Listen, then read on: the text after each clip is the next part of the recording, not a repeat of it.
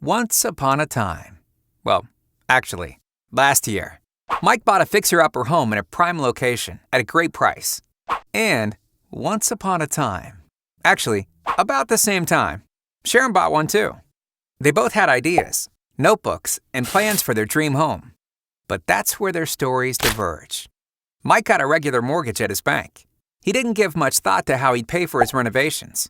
What we like to call renovation, sink or swim.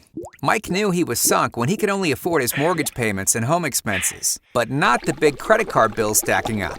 And he wasn't even half done. Sharon went to her friendly neighborhood Invis mortgage broker, who reviewed her financial situation and her big plans for the new house, then suggested a Purchase Plus Improvements mortgage. Sharon got a mortgage with the renovation money included. In fact, she completed her renovations before she moved in.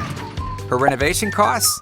They're bundled into one very comfortable mortgage payment that doesn't weigh her down.